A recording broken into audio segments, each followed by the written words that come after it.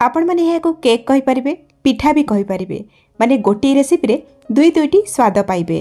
ए recipe को तैयारी करने पई हमको दरकार पड़िबनी तेल चीनी मैदा अंडा क्षीर दही ओभन घरे थिबा किछिटा सामग्री रे मात्र 20 रु 25 मिनिट रे आज रे स्वादिया रेसिपी को आमे तैयारी करिबा।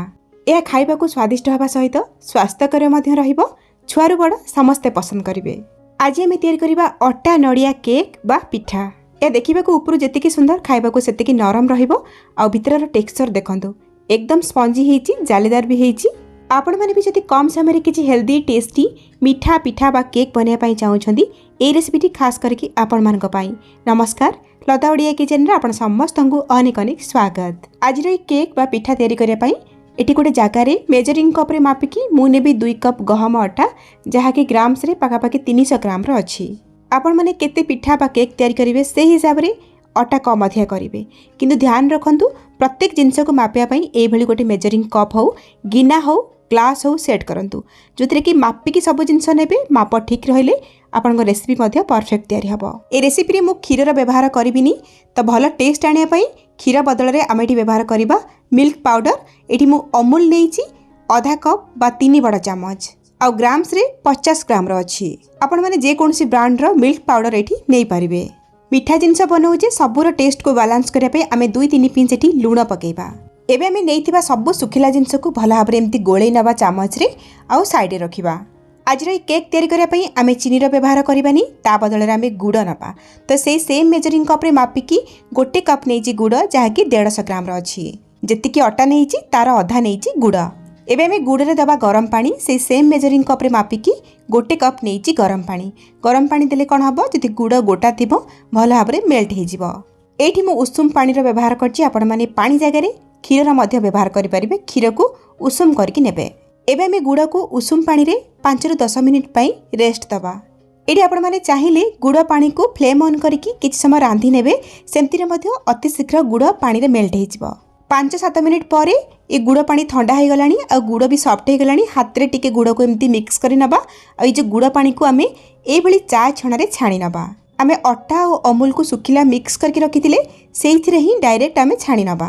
गुड़ रे जति भी किछि मैला अंश थिबो से बाहरी जिवो। और ध्यान रखिबे ठंडा गुड़ पानी ही अटा रे मिक्स करिवे नहले लम्स हे जिवो। एबे गुड़ पानी देके आमे भला भाबरे प्रथमे गोळै नबा। तो एटी गोळै सला परे एटा पूरा बहलिया लागुची।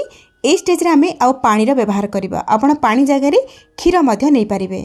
तो सेही सेम मेजरिंग कप रे आउ गोटे कप नै जेठी मु पानी सब पानी एकाथरे रे दबानी, अल्प अल्प पानी देके आमे आगु मिक्स करबा।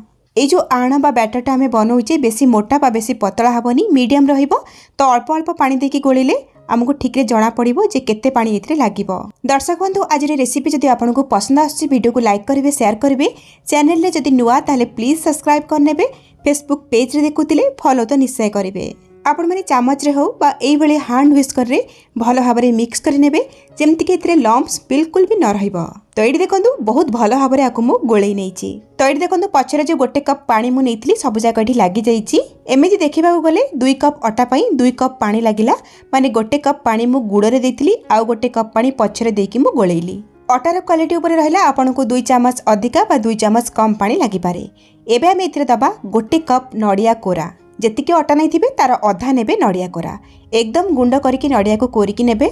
एठी मु कोन करछि ना गोटे बड़ फाळा नड़िया को छोट छोट करके प्रथमे काटी नेइची, तापर ग्राइंडर जार रे देकी ग्राइंड करि नेइची। आपण चाहिले ए कोरा नड़िया सहित अल्प किछि कटा नड़िया मध्ये नै परिबे, किंतु एकदम छोट छोट करके काटिकी नड़िया को नेबे। ए केक को आहुरी स्वादिष्ट करिया पई एठी मु 3 रु 4 बड़ चम्मच नेइची मिक्स ड्राई नट्स, जोथिरे कि काजू किशमिश आलमंड आ पिस्ता अछि। आ बासना पई आधा छोट चम्मच दबा आमे गुजराती गुंड। बस एतिकी जिंस देकी आमे आकु भलो भाबरे गोळै नबा।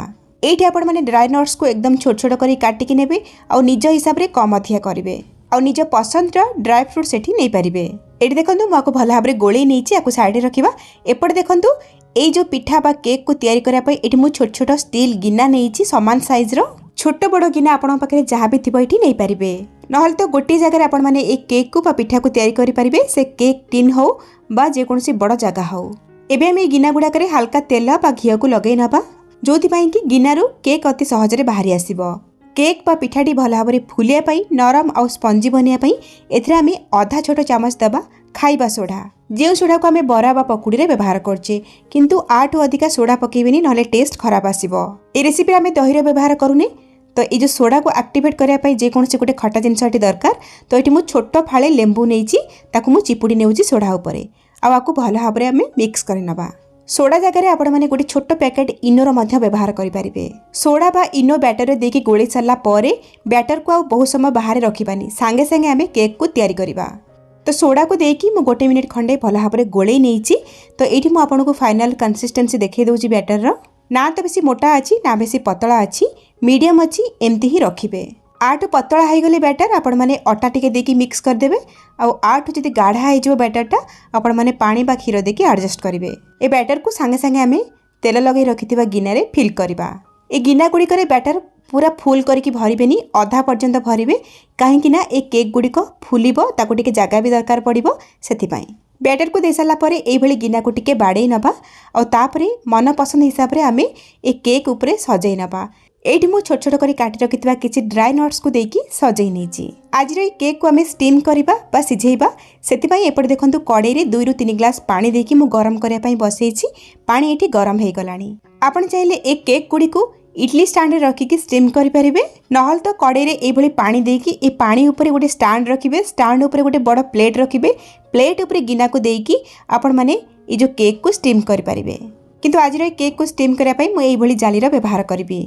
जाली उपर तले स्टीम गुड़िक बाहरी आसीबो आमे केयरफुली गिना गुड़िक जाली उपर रखि नबा और गैस रो फ्लेम को मीडियम टू हाई रखिबा कवर करिबा और 20 ରୁ 25 मिनिट पर्यंत आमे स्टीम दबा बा सिझेबा।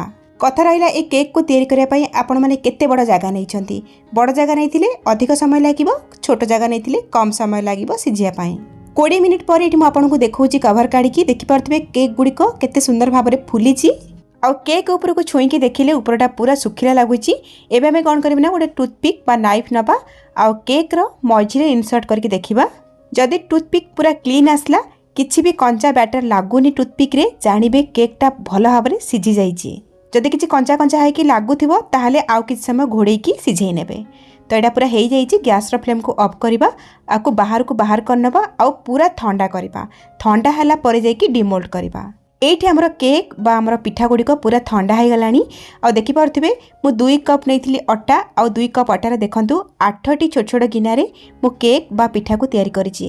केक गुड़िक ठंडा हो गला परे ऑटोमेटिक गिनारो छाड़ी आसीबो नहले एई भली हाथ रे आपण माने बाहर करि परिबे नै त नाइफ रे एई भली भाव रे बाहर करि परिबे।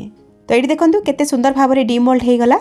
पिठा बिल्कुल भी भांगिनी और तळ साइड रु देखंतु केते जालीदार हेछि। एठी तैयारी हो गला अटा नड़िया स्टीम केक बा अटा नड़िया सिझा पिठा। ताले आपण माने भी ए नरम नरम सुआदिया अटा नड़िया केक को तैयारी करंतु। केमति लागिला आपनक अनुभूति मो सहित शेयर करंतु। ताले आज पई रहउची पुणी आसीबी आ गोटे नुवा रेसिपी नै की से पर्यंत रहिली। नमस्कार बाय जय जगन्नाथ।